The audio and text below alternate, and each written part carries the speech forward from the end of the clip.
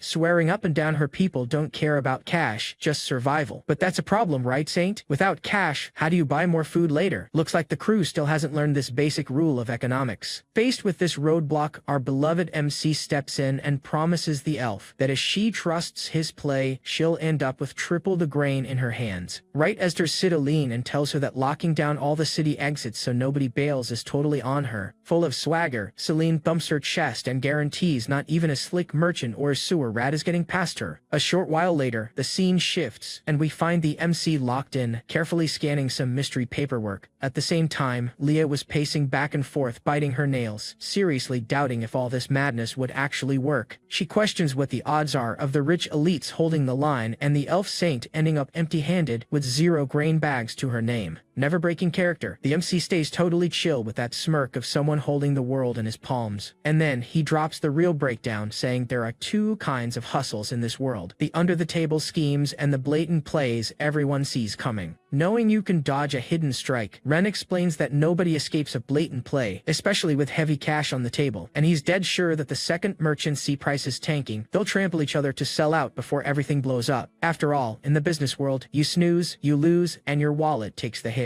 Skipping ahead in the scene. In this part, we stumble onto the elite circle of the 4 families gathered in a rush, debating the massive headache that popped up after one of them slapped the church flyer on the table, explicitly saying the saint decided to play charity and burn her stash for just 1 gold coin a bag. Obviously, this bombshell spread total panic in the room, making one of the nobles beg powerful Lord Augustus for a way out. It only just clicked for these airheads that they completely forgot to factor the church's power into their price control equation. Despite the desperate stares aimed at him, Augustus fakes it and stays calm, saying there's no need to panic, since in his logic, a little slum church's stash shouldn't last more than 3 days against the hungry crowd. With that genius idea, he orders his goons to rush over and buy up everything the church puts out, wiping their shelves clean in a heartbeat. Meanwhile, right at the temple gates, the crowd was already forming a mile-long line, everybody dying to secure lunch for a dirt-cheap price. The chatter was insane, and you could hear the yelling from a mile away, with folks shoving and begging for grain bags like there was no tomorrow. Naturally, the pushing only got worse and the chaos was almost spinning out of control. Then the soldiers step in on some keep-it-orderly people vibe, trying to hold back the hyped-up crowd. Amidst the chaos, one of the guards yells that all this charity came straight from the Pope, and this was just the first batch of many more to come. And hearing that promise, the crowd breathes a sigh of relief and chills out. But behind the curtains, our disguised elf was about to have a heart attack, thinking this whole theater was a limitless clown show, and her biggest fear was this lie blowing up so big that the gossip would cross the continent and reach the actual Pope. During her meltdown, more carts packed with grain kept rolling up, keeping the people fully stocked and relaxed, seeing food wouldn't run out, proving at the end of the day, our MC's trap was working flawlessly. As for the competition, things completely blew up and the merchants saw it was getting ugly, realizing in minutes that the little church just destroyed their monopoly and the losses would be legendary. Because of that, the panic hit hard and their reaction was instant. Then, one of the sellers, already sweating bullets, starts screaming in the plaza, offering his bags for 95 silver coins, which for guys who were charging an insane 4 gold before, was a crazy fire sale. Faced with that, this inventory dump caught everyone off guard, making the crowd switch directions and run like crazy after the dude. Watching that stampede, the other merchants realize the jig is up and they gotta dance to the music, with one of them even screaming in panic, warning that the domino effect had started and they were all gonna have to drop their prices together.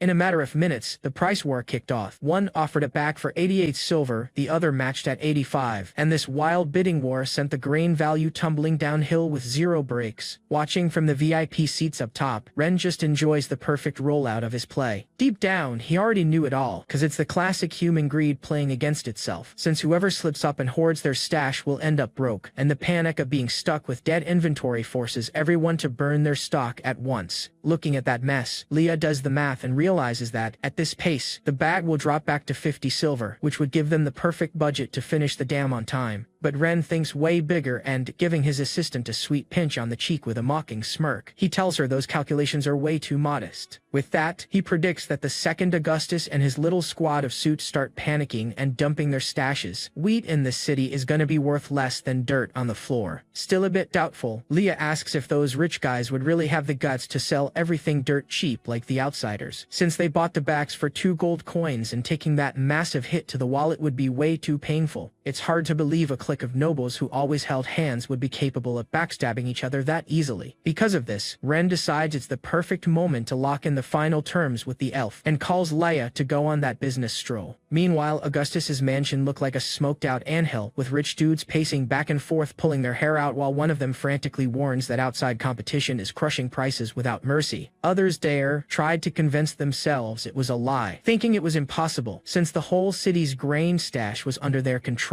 But what they didn't know is there was a heavy hitter pulling the strings behind the scenes. At that moment, a lackey runs in and confirms to Roland, Augustus's right-hand man, that the tea is real and things just got genuinely ugly. It finally clicked for Augustus then, realizing he got cornered in a surgical checkmate. To him, that move went way beyond business. It was a declaration of war designed exclusively to wipe his family's name off the map. While Roland demanded some reaction, Augustus went into a trance, trying to retrace Ren's brilliant step-by-step play in his head. First off, the young master artificially inflated prices in the Island region, sparking a wave of panic and sending wheat values straight to the roof. Right after using that insane profit as bait, he lured in outside merchants who came sprinting for a slice of the pie. Then, the second the competition stepped into town with full carts, the church dropped the low-price nuke under Ren's orders, spreading despair and forcing anyone holding inventory to scramble and burn prices before losing it all. The hit was so clean and ruthless that it left Augustus in shock at the size of the trap, while Roland wondered how someone could be so cold and calculated. Cutting through the chatter, Augustus tells everyone to shut up and announces he still has one last card up his sleeve to fight back. With that, the audience of elites leans forward, thirsty to hear the magic formula for salvation. He explains the church's stash won't last forever and will run dry soon, so the play would be to hold the line, keep the bags in the warehouse, and when the market dries up, go back to charging whatever price they want. Faced with this, he pitches a blood pact for nobody to sell anything right now to lock in profit later, but drops a heavy warning that whoever backstabs the crew and tries to sell in secret will sign their own doom. But despite the pretty speech, the air in the room stayed tense and full of suspicion. Trying to clear the vibe, Roland pretends to back the idea blindly and announces he's rushing home to lock his warehouses down tight. However, on the inside, Roland's brain was already frying. He knew he had to dump his bags ASAP, cause whoever was last in this game would be holding a massive loss with open arms. The other rich guys aren't dumb though, and reading Roland's poker face, they instantly clocked the betrayal he was plotting, which made every single one decide to sprint and secure their own bag before the next guy did. Shortly after, Augustus finds himself alone in his office with his most trusted lackey. At this moment, the worker tries to act helpful and says he'll mobilize security to make sure nobody touches the stash before the agreed time. Augustus's reaction, though, is a solid kick to the shins and a flood of curses aimed at the poor dude. Without hesitating, he makes it clear those other idiots are gonna hustle them if they don't act fast, since his real intention was to be the first snake to sell everything behind the group's back, giving the order to pop his own family's stash and burn absolutely all of it. Next up, we jump back to our MC, who's already meeting with Saint Uria, asking if that mountain of grub is enough to feed the elf clan until winter passes. Totally lost on this miracle of multiplication, the saint asks why so many carts keep unloading grain non-stop at her door. Then the MC gives that basic economics class, explaining that since she sold the bags when prices were high and is now rebuying everything at a historic low, she made a massive jackpot off those suckers, stacking tens of thousands of coins. But the chat gets cut short when Lillian bursts into the room screaming, dropping the news that wheat prices melted even more, and now, with just one little gold coin, you can take home 3 whole bags. With that, the MC lets out a victorious laugh and reminds the saint he called it, pointing out that if she jumps on this crazy sale now, she'll completely fill fill the elf community's bellies with food. Riding the victory wave, he plays his final card and asks if they can finally sign that contract he's been after. Curious about what's coming, the elf wants to know what kind of pitch he's got in mind. Without beating around the bush, he suggests that all the elves' survival logistics run through his hands for a fair price. We're talking about providing clothes, grub, safe housing, and even official transport for the clan's travels. The decision is way too heavy for the Saint to carry alone, and she needs the green light from the top boss, the Elf Queen, making Ren understand the situation and just ask her to set up a business meeting with Her Majesty. So, the elf agrees and says her goodbyes, promising to take the message straight to her boss. With the dust settling, our MC finally gets to stretch his legs and taste the victory. Knowing the local nobility is so broke after this massive hit, they won't be a pain for a good while. Meanwhile, the local church is practically in his pocket, securing some insane influence in the region. The only catch is he still had 2 giant thorns in his side: armed security and tax collection, both run by the area's current sheriff, Lord Eldrick, meaning sneaking spies into his troops is top priority. In the meantime, while he was lost in his strategies, Leah sneaks up with that sweet voice trying to grab his attention, insisting he take a break from his world domination schemes and rest up a bit. But he tries to play tough, saying his energy is totally full, except before he can finish making up the excuse, a piercing scream completely ruins the vibe. Suddenly, a pissed-off guy starts yelling that the official troops are embarrassing the imperial family, asking the Saint if the big guy upstairs couldn't just drop a lightning bolt right on the heads of those abusive guards, while the elf simply answers that the creator is too kind to do that. Turning to the MC, the furious old man starts venting that he's had his ups and downs with city finances, but on his way back home he was openly mugged by the actual guards, totally clueless as to why they'd pull something so cowardly. Completely unhinged, the old-timer keeps spitting fire at the Saint, even pointing a finger right in her face in the heat of the moment. Before things got any worse, the MC steps in, pulling the old man aside to get a better read on the tea. With a hot head, the old man snaps back, asking who the hell he's even talking to. He just hits him with that hustler smile, replying he's a potential partner super interested in what the guy has to offer. Right the next day, we find Lillian on the road, leading a major cargo caravan, but the trip gets cut off when a blockade of cocky soldiers steps in front, demanding to know where she's from and what she's carrying in those carts. Keeping her cool, she explains without skipping a beat that she's coming straight from Aslan and the goods belong to the local city hall, heading out for a strategic deal with the elf tribe. The patrol leader doesn't buy the excuse though, and playing sheriff of the block, he starts doubting her merchant story, ordering his squad to do a heavy search on everything in the carriage. At first, the inspection starts off pretty standard, with the soldiers knocking on the barrels to do a quick check. But then, out of nowhere, the guys decide to cross the line and start stabbing the barrels like crazy, spilling grain everywhere and smashing the jars. Seeing that mess, Lillian freaks out and tries to put a stop to it, but sadly, her screaming doesn't even faze the destructive guards. In the meantime, the search goes on until one of the soldiers tells the boss he didn't find anything sketchy in the goods, making the commander just shrug and move on to charging that heavy toll according to their protocol. Then, stopping right in front of Lillian, the guy announces she's free to pass as long as she pays the required fees. Because of this, Lillian's blood boils, since besides having her stuff wrecked, she's forced to cough up cash out of pure malice, making her complain that this is straight-up robbery. The problem is the patrol leader, not being in the mood for talk, lays it out straight. She either opens her wallet or turns around right then and there. Right as the vibe gets super heated and things threaten to get ugly between the two, suddenly a really imposing voice cuts the air, and yep, it's our beloved MC, calmly telling Lillian to pay up without making a scene. Even glaring and super pissed, Lillian decides to listen to the boss and pays up so the drama doesn't drag on. But these cocky guards aren't satisfied, and the patrol leader pulls a fast one, saying Master Ren raised taxes, now charging 5 silver coins instead of just 1. With this clown show, Lillian gets absolutely furious, since her whole cargo is worth 3 silver, and the crook wants to charge 5. But remembering Master Ren's orders, she bites the bullet and pays the crazy fee to keep moving while the strict soldier makes it clear he won't back down. Handing over the coins,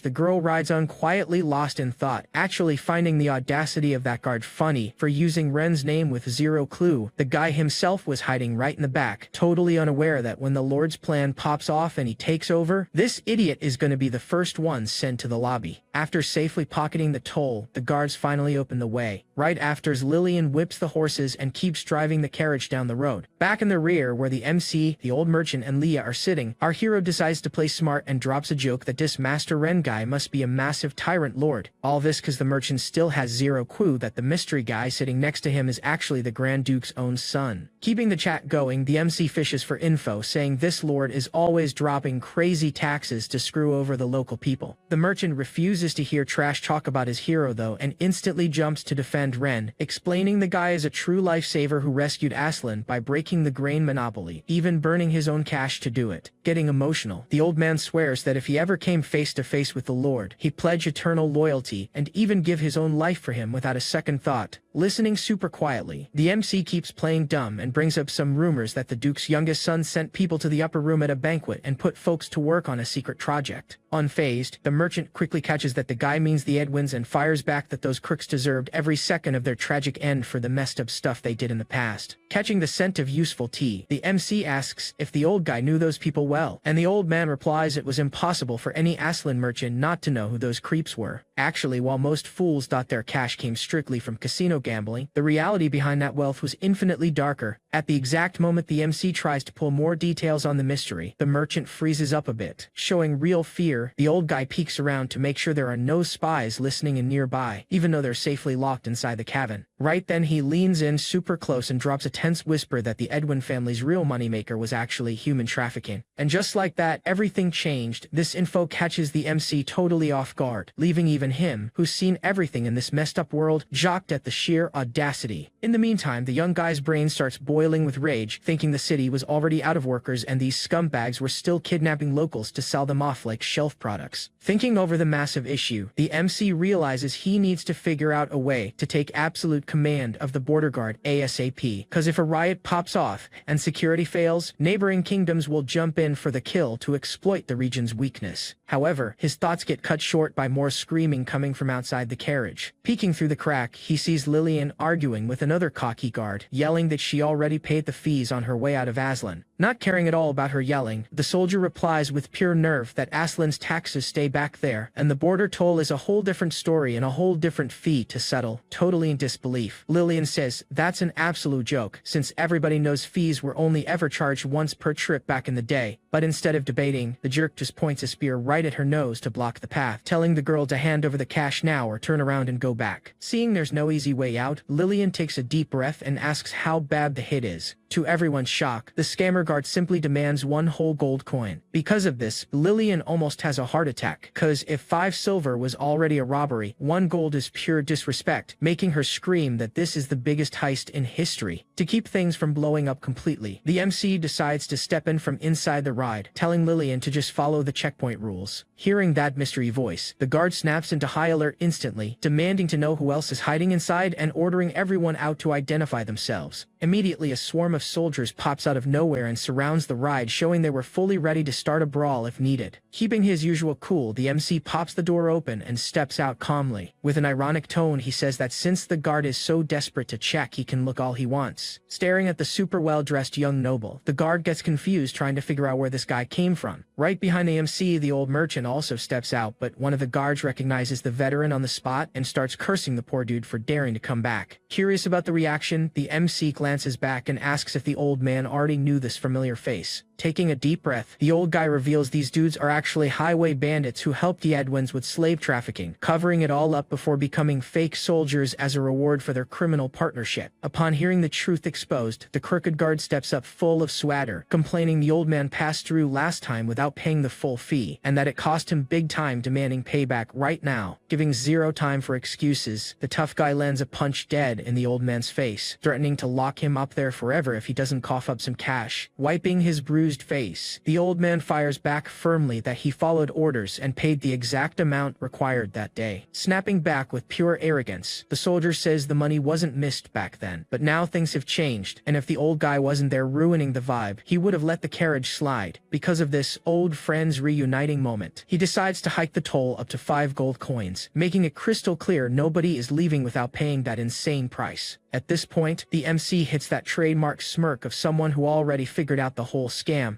noting that with such crazy fees, it's a mystery how Iceland's official tax revenue is still sitting at 0. Glaring at the kid with a nasty look, the soldier demands to know where this smartass, who loves giving his 2 cents, came from. Suddenly, something on the other side completely steals the scammer's attention. He simply lays eyes on Leah and forgets how to breathe, getting totally hypnotized by her looks and thinking he'd never seen such a gorgeous girl around these parts. Noticing the vibe was about to go totally sour, the merchant jumps in and agrees to cough up the 5 gold coins, begging them to let the MC, Leah, and Lillian pass peacefully. The catch is that the soldier, showing himself to be an absolute shameless creep, he pockets the cash with a massive grin, praising the merchant's supposed honesty in a super hypocritical way. But the scumbag goes back to creeping on Leah with a really gross look, stepping closer to drop a cheap pickup line while trying to put his hands on her, barely knowing this was going to be the biggest and final mistake of his whole life. In the blink of an eye, the MC moves faster and locks the creep's wrist firmly in midair. Staring deep into the soldier's eyes, the MC coldly warns that he actually thought about sparing him, figuring he might be useful. But now he sees the guy is just complete, useless trash. Foaming with rage at the kid's disrespect, the brute pulls back his spear to send the MC to the lobby. But before he can even move a muscle, his throat was already sliced wide open. Moving with insane speed, Leah jumps into action in a fraction of a second. The maid simply packs the guard up and sends him to the upper room in the blink of an eye, slicing the poor bastard's neck with zero mercy. Because of that, panic takes over the place, and the other soldiers freeze up, totally lost on how their boss got sent back to the lobby so fast, staring in terror at Leah and the MC. Breaking the tension, the MC just gives the direct order for Leah to send any cocky rebels straight back to the start menu, making it clear he's putting his own squad to run this toll booth. Right then, his loyal subordinate drops a respectful bow and confirms the mission will be a total success. Looking around, the warrior sees chaos spreading through the checkpoint as the remaining guards hit full panic mode, dropping their shields and running for their lives while screaming for help, knowing that escaping that fury is pretty much impossible. Giving zero chances for escape, Leah moves through the runners looking like the literal Grim Reaper, acting fast, precise, and absolutely lethal. With elegant moves, her sword traces perfect lines in the air, making sure nobody leaves without a fatal cut. While our warrior cleans house and shows who runs this block, the MC just kicks back watching from the VIP seats, sizing up the weakness of that uniform trash, noticing their stats belong to absolute amateurs, but still feeling like there's something fishy going on that really bothers him. Right then, he remembers his dad's solid advice, warning him that right past the Iceland border is the backyard of a super dangerous rival empire, and any screw-up could kick off a massive war. Snapping back to the current situation, the MC opens his system screen and hits reality. If the enemy empire decides to invade right now, Iceland's current defenses would get crushed easily since they lack actual elite soldiers. Meanwhile, our ruthless fighter kept cornering her prey, leaving the last surviving guards shaking like leaves in front of that sheer terror. Suddenly, a booming shout echoes across the entire battlefield, breaking the soldiers' panic, demanding to know who's acting up on his turf. The voice yells for an explanation about the mess at the checkpoint. In that moment of pure terror, the surviving guards' eyes light up with a tiny spark of hope that they might make it out alive. All because General Kaiser finally showed his face in the area, making his subordinates scream desperately for help while the commander blocks the path and asks who the lunatic is that came to wreck his outpost. Scanning him up and down with the stats system, the MC starts analyzing the big guy's sheet. By doing so, the Lord realizes that even though Kaiser is a selfish mercenary with zero loyalty, the dude actually has a pretty solid combat level. Then the MC steps up and asks straight out if he's Kaiser from the Hawker family, and if his brother serves under Prisha Edgar. Shocked by the name drop, the general frowns and demands to know who this cocky kid is that knows so much about his bloodline. With a chill tone, the MC drops the bomb, revealing he knows it all simply cause Prisha Edgar is his beloved older sister. At that moment, the guards start looking at each other sweating bullets, because if that kid is really the terrifying ward of Aslan, they just dug themselves a massive hole with the wrong boss. Kaiser himself goes into complete shock and starts digging through his memory for the urgent warning his brother sent a month ago. The message was crystal clear. The region's new lord was on his way, and Kaiser better roll out the red carpet and guarantee his safety no matter what. But unfortunately, the greedy guy had already sold out a long time ago for a bag of gold handed over by the city's corrupt former lord, who promised him the world if he just looked the other way at the border.